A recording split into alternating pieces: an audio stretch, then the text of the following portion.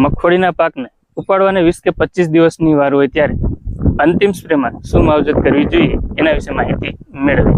તો મગફળીના ડોડવાઓ ભરાવદાર બને, એની અંદર તેલની ટકાવારી વધે, એની ગુણવત્તા સુધરે એના માટે છેલ્લા ડોઝમાં પોટેશિયમયુક્ત ખાતરોને વાપરવાની ભલામણ કરવામાં આવે છે. માર્કેટની અંદર જુદા જુદા ફોર્મ્યુલેશનના પોટેશિયમયુક્ત ખાતરો મળે છે, એમાંથી કોઈ પણ એકનો ઉપયોગ કરી શકાય. જેમ કે પોટેશિયમ સલ્ફેટ એટલે કે 0050, જેની અંદર 50% પોટેશિયમ અને 17.5% સલ્ફર આવેલું હોય છે. એના 1 કિલોના પેકેટમાંથી 10 પંપ એટલે કે એક પંપની અંદર 100 ગ્રામ જેટલું પ્રમાણ રાખી અને છંટકાવના સ્વરૂપમાં ઉપયોગ કરી શકાય.